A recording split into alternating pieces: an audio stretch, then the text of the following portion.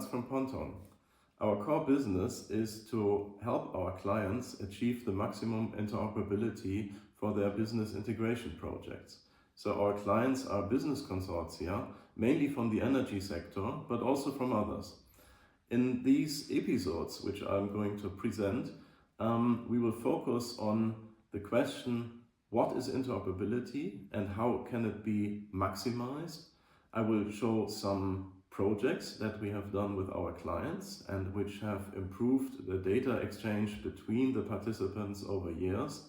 I will also show AS4 as one of the standard workhorses for data exchange.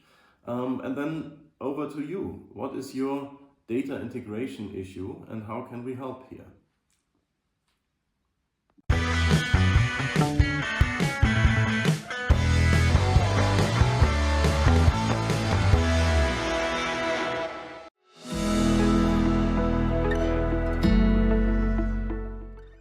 Interoperability is absolutely important for B2B integration, and a consortium should try to maximize interoperability, try to standardize whatever is possible to standardize.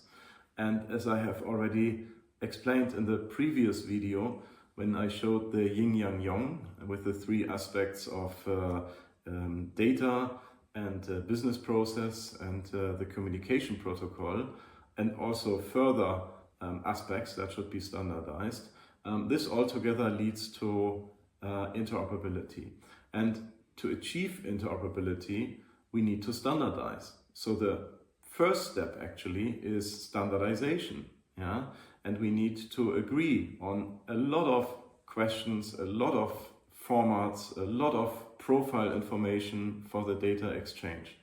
And that is the tedious work that the consortium needs to go through, but it's absolutely worth it. Try to standardize whatever needs to be standardized. One exotic question, for example, is what is the maximum size that we agree on for data exchange?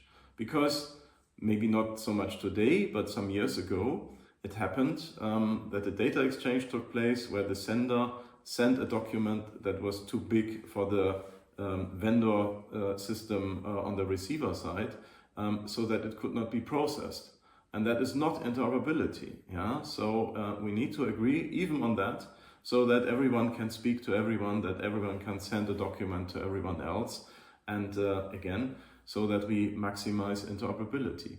So that is done by standardization. Standardization specifies what criteria the communication software, the data integration software needs to meet.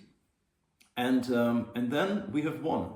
If we did that, if we address the yin yang yang plus plus plus requirements in the standardization phase, we have maximized interoperability. And if we have done that, the next effect will be automation.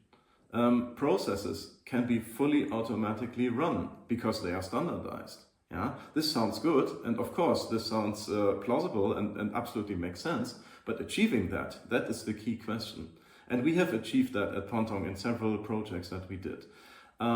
So if automation is possible, then, for example, a supplier switching process is brought down to a few seconds because the process has 6 steps, and the steps are done in 5 seconds each. There is some processing in the back end, but mainly the data exchange is a matter of a fraction of a second. Yeah?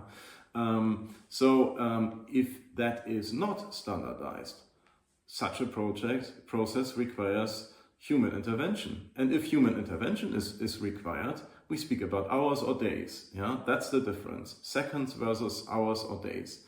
And again, standardization leads to interoperability, and this again leads to automation. And once we have achieved automation, we also have achieved cost reduction because the systems run automatically. And that brings down cost dramatically. And a side effect next to cost reduction is risk reduction. Yeah? Because we have driven out of this data exchange infrastructure every potential element which could keep us from automation and which could keep us from making mistakes. and therefore also it keeps us from risks, yeah, from errors. So that is interoperability, and that is why interoperability is key and why we have to put every effort in maximizing interoperability. I will talk in the next video about examples, and one example per video. I will speak about the EDA project in Austria, which is where the interoperability is driven to the max, and I will explain why and how we achieved that. But I will also speak about other projects that we did at PONTON, which are also B2B integration projects. And of course, they are not the same. All of these patterns for business integration are different, but the need for interoperability is always high. Thank you.